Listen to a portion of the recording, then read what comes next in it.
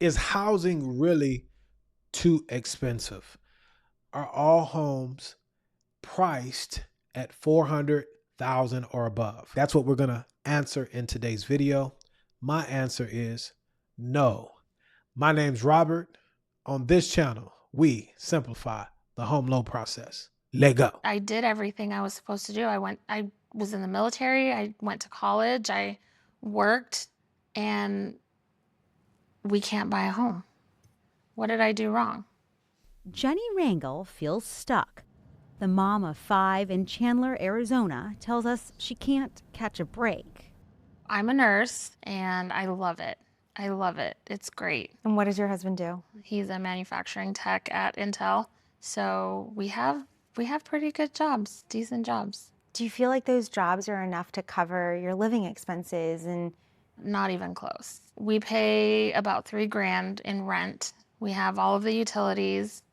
We have car payments, car insurance, mouths to feed, and gas. Maybe we have enough left over for groceries and toiletries and household stuff. Why are we struggling? Rangel and her husband, KC, are both in their 40s and have never owned a home. They're part of a growing number of millennials who see themselves as forever renters because they can't afford to buy. This home I'm renting goes for $600,000. We can't afford a $600,000 home. You know, with our income, maybe $300,000. and what would that get you around here? It's not going to be a lot. Since the start of the pandemic in 2020, home prices across the country have soared nearly 50%. Today's median price, $416,000. First and foremost, we're not making fun or taking lightly what the lady in the video has said.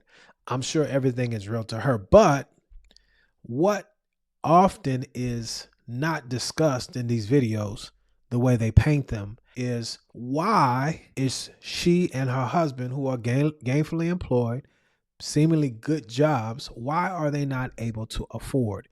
And so for those of you that are watching, here is what you have to understand. First and foremost, are you looking to buy in a market that is high in cost? They're paying $3,000 a month in rent, so they can't afford a home. They can't afford the home that they want to buy. And that's what you guys have to realize. That's what I'm noticing day to day when I'm talking to you all, either on home loan consultations or those that apply. I have to have the conversation that your money and your wants aren't aligned. It's not a bad thing. It's not that you did anything wrong. It is what it is. Because if you can't afford something, you just can't afford it. But here is the real question. Does it make housing unaffordable? And the answer is no. It makes the house that you potentially want to buy unaffordable. Starter homes, homes in general, in most markets are available. If you listen to any of the news of recent, homes are staying on the market longer. In certain areas, there's more inventory. But the deal is this: you guys don't want those homes. And so let's start changing that narrative. Number two, children are expensive. You see what I'm saying? And that doesn't mean don't have them. You have to understand that. And when you choose to have children, no one is coming to subsidize. If they're both working, they probably have daycare. Daycare is high as you know what. You feel me? Whoever's running the daycare business, you guys have a moat and a good business. Hopefully you're in it for the right reason. So for those of you out there looking, you have to keep that in mind. These are other costs to living, to life, that you're not factoring in, that are preventing them from being able to buy that house that they want to buy, that $600,000 house where they're paying $3,000 a month. That mortgage payment, even at today's rates, isn't that much higher. The deal is, where are all the monies going? They didn't mention student loans because she said, I did everything that they said we should do. Who is they? We got to find out who they is, guys. So what type of debt obligations, right? Some of these car payments are mortgage payments. The principal and interest portion For real. Who told you you needed an $80,000, $90,000 basic vehicle? Why can't you have a vehicle that you pay cash for? Because you don't want to. See, we got to start telling the truth. We don't want to. We want to have our cake and eat it too. And so you have to watch exposés like this to not get caught up in thinking that I can't buy. What you have to do is you have to look at your situation, meaning where are you buying? What is the median price of a home that you want in the local real estate market that you're looking to buy in? And if you can't afford it, what are you going to do? You may have to move further out from the city center. There's ways to mitigate. You may have to buy something that you don't want the first time so that you could get into the home and trade up as you go down the line. It takes time. And this is what nobody wants to say, because the news and all these other outlets that get their money from advertising aren't going to tell you the whole truth. That's why we're here. That's why I'm here, to help you see the full matter, so that if you decide that you can't buy, it's got to be more than 10,000 external forces that you can't see. That's daunting. It's really simply this. Are you buying? Are you shopping in your neighborhood where you can afford? And if that's not where you want to be, then we need to have another conversation. I think I made the point. Where am I getting it wrong? This is the opportunity for you guys to get down in the comment section and let me know what it is that I'm missing. You know the rule. Just do so respectfully. Here's what kills me. The same people who say they can't afford to buy a house are the same people with $1,200 iPhones, $200 sneakers, eating out 5 times a week, got every streaming service that's out, buying stuff they don't need just to impress people they don't like. But a down payment? Nah, man, I can't afford a down payment. You can afford it. You just don't want to afford it because it's easier not to, because that would require sacrifice and work. That would require you saying no to things. That would require discipline, right? And discipline is harder than excuses. Man, he's cooking. And what he's saying lines up with what I see. I'm not playing loan officer. I'm not playing someone on the internet trying to tell you guys what it is that you want to hear, because people find reasons to do everything they want to do. But when it comes to discipline and saying, I'm going to put this off for a greater purpose, this is when we start getting, I can't afford this, and woe is me, and the world is against me as a millennial or anybody that's looking to get on the housing ladder because home prices are too high. I agree with him 1,000%. What do you guys think? Is he being too harsh?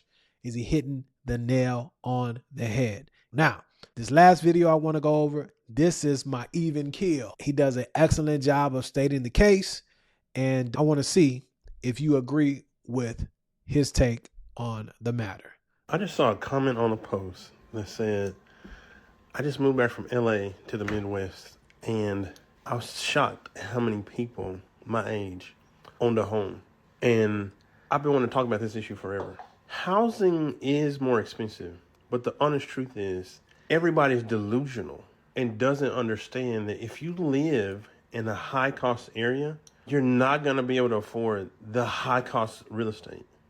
So you live in LA, you live in San Francisco, you live in New York, you live in Miami, you live in Seattle, Washington, you live in Chicago, places like that, and you're 20 something and you don't have a 6-figure job, you're not going to be able to afford the high dollar houses. That's when you find the cheap house that may not look that good, and you buy it. You put some money into it, redo it, and now you have a house. Is what he just outlined is called investing in yourself. You buy in the right location. It's a little ugly. You add value to it and you're going to benefit because of where it's at. But you can't be delusional. I'm not being dumb or crazy. I'm 37 years old. My wife and I bought our own house in 2014. And we bought a starter home. Could we have afforded something that was more than a starter home?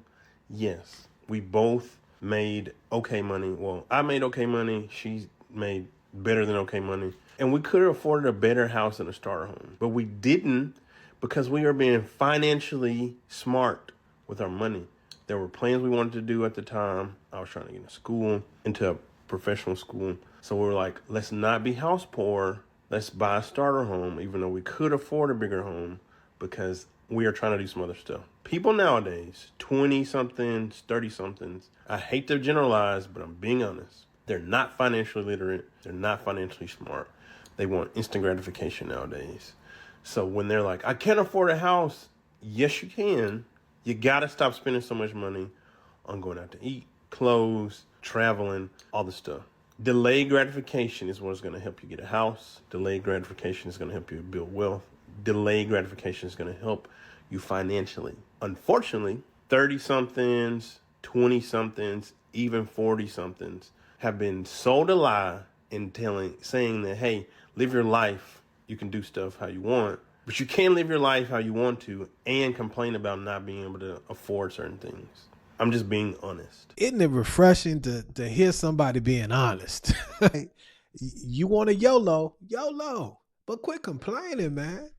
If you don't want a home because you don't want to deal with the maintenance, then you can't complain about the rent. You can't complain because it's a business and you don't have to rent. You can own, but you don't want to do that either. You see, you're delusional. If you're not in one of those major metropolitan statistical areas that he mentioned, and even there's certain pockets, the city centers, so on and so forth. If you can't afford it, you can't afford it, man. Get in where you fit in and quit complaining. Why? Life's passing you by. He mentioned 2014. A lot of you guys that watch this channel and folks that I have been waiting on buying because they keep waiting, guess what happened?